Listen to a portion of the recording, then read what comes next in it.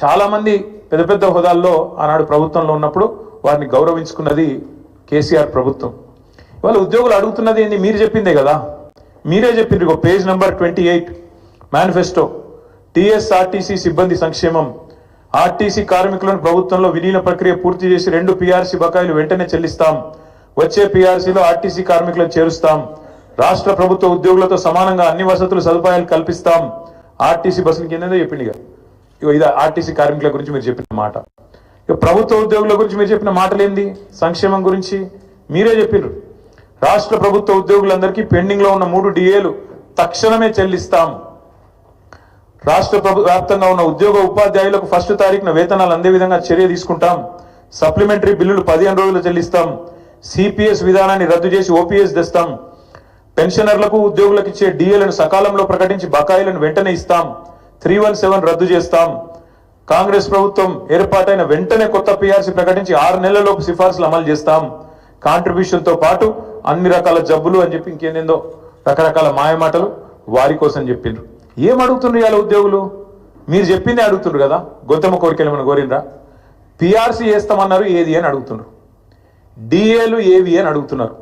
కానీ ఇవాళ మీరు మాట్లాడే మాట ప్రజల ముందు ఉద్యోగులను విలన్లుగా చిత్రీకరించే ఒక చిల్లర కుట్ర ఏదైతే స్వయంగా ముఖ్యమంత్రి గారు చేస్తున్నారో వారిని వాళ్ళ తెలంగాణ ఉద్యోగుల తరపున మేము అడుగుతున్నాం. భారత రాష్ట్ర సమితిగా అందాల పోటీలకు 250 కోట్లు ఉన్నాయి, కానీ పెన్షన్ రిటైర్ అయిన వాళ్లకు మీకు పెన్షన్ ఇస్తుంది కానీ రిటైర్ అయిన వాళ్ళకు రిటైర్మెంట్ బెనిఫిట్స్ ఇస్తుంది కానీ పైసలు లేవా? ఇదేనండి ప్రభుత్వం? ఇదేనండి ప్రాధాన్యత? నన్ను కోసుకొని తింటారా అంటుండు ముఖ్యమంత్రి. నన్ను కోసుకొని వండుకొని తింటారా? ఇది ఒక ముఖ్యమంత్రి ప్రభుత్వ ఉద్యోగులను ఉద్దేశించి మాట్లాడిన మాట. అయ్యా ముఖ్యమంత్రి గారు, నిన్ను కోసుక తినేంత పిచ్చోడెవడు లేడు. నువ్వే నీ తలమాసిన విధానాలతో రాష్ట్రాన్ని కాల్చుక తింటున్నావు. రాష్ట్రాన్ని సంవత్సరంన్నర రాచి రంపాన పెడుతున్నావు నువ్వు. ఇది వాస్తవం. ఇలా ప్రజలు, రాష్ట్ర ప్రజలు ఒక మౌలికమైన ప్రశ్న అడుగుతున్నారు. కేసీఆర్ ఉన్నప్పుడు కరెంట్ ఎందుకు మంచిగా ఉండే, ఇప్పుడు మంచిగా ఎందుకు లేదు? కేసీఆర్ ఉన్నప్పుడు మంచినీళ్ళు ఎందుకు మంచిగా వస్తుండే, ఇప్పుడు ఎందుకు వస్తలేవు? ఎండాకాలం మళ్ళా ఆగం ఎందుకు అవుతుంది? మళ్ళా బిందెలు పట్టుకొని రోడ్డు మీదకి ఎందుకు పోవాలి? కేసీఆర్ ఉన్నప్పుడు రైతు బంధు పడుతుండే, ఇప్పుడు ఎందుకు పడతలేదు? కేసీఆర్ ఉన్నప్పుడు టైంకు పెన్షన్లు వస్తుండే, ఇప్పుడు 2 నెలలు ఎందుకు ఎగ్గొడుతుండ్రు? కేసీఆర్ ఉన్నప్పుడు చెప్పిన ప్రతి పని చేస్తుండే, ఇప్పుడు ఎందుకు చేయలేకపోతున్నాడు? కేసీఆర్ ఉన్నప్పుడు రాష్ట్రం రయ్యమని పురోగమనంలో ముంగటిపోయింది, ఇప్పుడు ఎందుకు తిరోగమనంలో అవుతుంది, ఎందుకు వెనకపోతుంది అని అడుగుతున్నారు. సమాధానం ఉందా నీ కాడ? ఎందుకు అంటే నీకు చేతనైతలేదు, నీ కాంగ్రెస్ పార్టీకి చేతనైతలేదు.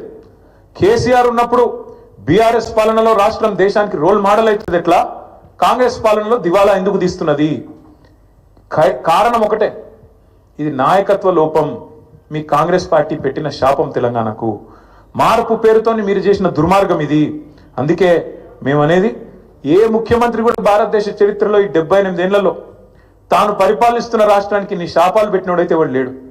ఎయిడ్స్ పేషెంట్ అంటివి, క్యాన్సర్ పేషెంట్ అంటివి, ఆఖరికి నిన్న దివాలా తీసింది మనకు అప్పు ఉడతలేదు అని చెప్పి అట్లా మాట్లాడుతీవి.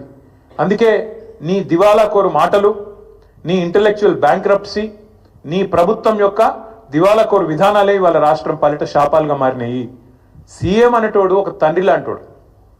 సంపద పెంచాలే రాష్ట్రం మొత్తానికి, ముఖ్యంగా పేదలకు, బలహీన వర్గాలకు, ఎవరికైతే టానిక్ అవసరం పడుతుందో, ఎవరికైతే కొంత మరి ప్రభుత్వం వైపు నుంచి చేయూత అవసరం పడుతుందో వాళ్ళని ఆదుకోవడమే ఒక ప్రభుత్వ పెద్ద, ఒక రాష్ట్రానికి పెద్ద లాంటి వాడు చేయాల్సిన పని.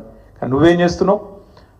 దివాలా తీసిపోయినాం, దరిద్రంలో ఉన్నాం, కొట్టుకపోతున్నాం, పోతున్నాం. అందుకే కొన్ని వాస్తవాలు ప్రజలకు చెప్పాలి. వాస్తవాలు ఏంటి? ఏ రాష్ట్రానికైనా, ఏ ప్రభుత్వానికైనా ఆస్తులు, అప్పులు వారసత్వంగా వస్తాయి. ఇప్పుడు మేము 2014లో ప్రజల దయతో, ప్రజల ఆశీర్వాదంతో ఆనాడు కేసీఆర్ గారు ముఖ్యమంత్రి అయినారు. ముఖ్యమంత్రి అయినప్పుడు కేసీఆర్ గారికి మాత్రం వీళ్ళు కాంగ్రెస్ వాళ్ళు మాకు అప్పచెప్పినప్పుడు రూపాయి అప్పు లేకుండా, రూపాయి ఆస్తి లేకుండా ఇచ్చిండ్రా? అప్పులు ఇచ్చిండ్రు, ఆస్తులు కూడా ఇచ్చిండ్రు. అప్పులు ఇచ్చినారు, ఆస్తులు కూడా ఇచ్చినారు. ఆ రోజు 2014 లెక్క తీసుకుంటే, 2014 లెక్క తీసుకుంటే, ఇది ప్రభుత్వం యొక్క లెక్క, నా లెక్క కాదు, ప్రభుత్వం యొక్క లెక్క. 2014లో మొత్తం రాష్ట్రం యొక్క ఆదాయం సంవత్సరానికి మొత్తం రెవెన్యూ రిసీట్స్ తీసుకుంటే 51,000 కోట్లు, అంటే నెలకు 4,215 కోట్లు. మేము దిగిపోయిన నాడు రాష్ట్రం యొక్క ఆదాయం, టోటల్ రెవెన్యూ రిసీట్స్ 2,16,567 కోట్లు. అంటే మేము దిగిపోయేటప్పుడు నెలకు 18,000 కోట్లు. మరి కేసీఆర్ గద్దెనెక్కినాడు నెలకు 4,215 కోట్లు, 253 కోట్లు. కేసీఆర్ గద్దె దిగిపోయినాడు నెలకు 18,000 చిల్లర కోట్లు. మరి పెరగలేదా? రాష్ట్రం యొక్క ఆదాయం పెరగలేదా? మేము పెరిగిన ఆదాయంతో కూడిన రాష్ట్రాన్ని నీకు ఇయ్యలేదా? ఇది వాస్తవం కాదా? 2014-15లో ఆనాడు కేసీఆర్ గారు ముఖ్యమంత్రి అయిన రాజు మీరు కాంగ్రెస్ వాళ్ళు మాకు ఇచ్చినప్పుడు రాష్ట్రం యొక్క సర్ప్లస్ ఎంత అంటే 369 కోట్లు. రెవెన్యూ సర్ప్లస్ అన్నాడు 369 కోట్లు. మేము దిగిపోయినాడు 2023-24లో మీకు అప్పచెప్పినాడు మళ్ళీ 4,882 కోట్లు. మీరు ఇచ్చినాడు 369 కోట్లు ఉంటే మిగులు, మేము ఇచ్చినాడు మళ్ళీ వాపస్ మీకు 4,882 కోట్లు. దీని సోర్సు ఇది సిఏజీ లెక్క, నా లెక్క కాదు, బీఆర్ఎస్ పార్టీ లెక్క కాదు, కాకి లెక్క కాదు, కాగు లెక్క. అట్లే అప్పులు తీసుకుంటే అప్పుల గురించి కూడా చెప్తా. మళ్ళా అప్పులు తీసుకున్నా ఆ రోజుకి ఈ రోజుకి మొత్తం లెక్క వివరంగా చెప్తా.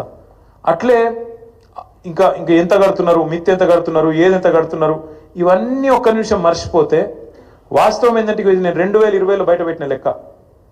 2020లో ఆనాడు మంత్రిగా నేను తెలంగాణ అనే ఒక రాష్ట్రం భారతదేశాన్ని సాదుతున్న రాష్ట్రాల్లో ఒకటి, జాతి నిర్మాణానికి దోహదపడుతున్న రాష్ట్రాల్లో ఒకటి. మన రాష్ట్రం నుంచి మనం గత 6 ఏళ్లలో 2014 నుంచి 2020 నవంబర్ 1 నాడు పెట్టిన ట్వీట్ ఇది. 2,72,926 కోట్లు అంటే దాదాపు 2,73,000 కోట్లు పన్నుల రూపంలో తెలంగాణ నుంచి మనం కేంద్రానికి కడితే కేంద్రం నుంచి మనకు వచ్చింది కేవలం 1,40,000 కోట్లు అని చెప్పి లెక్కలతో సహా అధికారికంగా ఒక మంత్రిగా ఆ రోజు నేను పెట్టిన లెక్క ఇది బయటికి. అంటే దేశాన్ని సాదుతున్న రాష్ట్రాల్లో, దేశంలో ఉండే ఇతర వెనుకబడ్డ ప్రాంతాలకు మరి ఇతోధికంగా సహాయం చేస్తున్న రాష్ట్రాల్లో తెలంగాణ ఒకటి అని చెప్పడానికి ఈ లెక్క చెప్తా ఉన్నా. గవర్నమెంట్ అనేది ఒక కంటిన్యూస్ ఇన్స్టిట్యూషన్. ఇంతకుముందు కిరణ్ కుమార్ రెడ్డి గారి నుంచి కేసీఆర్ గారు ముఖ్యమంత్రి అయినారు, ఆ తర్వాత ఇప్పుడు రేవంత్ రెడ్డి గారు అయినారు, రేపు ఇంకెవరో అవుతారు. అట్లే గవర్నమెంట్ ఒకరి నుంచి ఒకరికి అధికారం బదలాయింపు జరిగినప్పుడు ఖచ్చితంగా ఆస్తులు వస్తాయి, అప్పులు వస్తాయి, కంటిన్యూస్ ప్రాసెస్. కాబట్టి ఇవన్నీ కూడా సహజంగా జరగాల్సిందే. కానీ ప్రతి ప్రభుత్వం కూడా ఉన్న ఆస్తులు ఎంత, అప్పులు ఎంత, మన వనరులు ఎంత, మన పరిస్థితి ఏంది, మన ఎట్లా సంపద సృష్టించవచ్చు, ఏం చేయొచ్చు, మన విజన్ ఏంది ఆలోచించుకొని నిర్మాణాత్మక చర్యలు కార్యక్రమాలు తీసుకొని ముంగటికి పోతుంది. కాంగ్రెస్ ప్రభుత్వం కూడా అట్లే చేస్తుందని మేము ఆశించినాం, ప్రజలు కూడా ఆశించినారు. ఇవాళ ఎంత దుర్మార్గం అండి, ఇష్టం వచ్చిన లెక్కలు చెప్తారు. ఎంత అన్యాయం అంటే శ్వేతపత్రం అని మొదలుపెట్టినారు. అధికారంలోకి వచ్చిన మొదటి 2 వారాల్లోనే శ్వేతపత్రం అనే అబద్ధాల జాతర మొదలుపెట్టినారు. మొదలుపెట్టుడు 6 లక్షల కోట్ల అప్పు అయిందని మొదలు పెడతాడు. ఇవాళ ముఖ్యమంత్రి గారు మరి ఎన్నిసార్లు మారుస్తారో అంకే కూడా మాకు కూడా అర్థమవుతలేదు. మొదలుపెట్టినప్పుడు డిసెంబర్ 2023లో 6 లక్షల చిల్లర కోట్ల అప్పు అని చెప్పిండు కేసీఆర్ గారు చేసింది.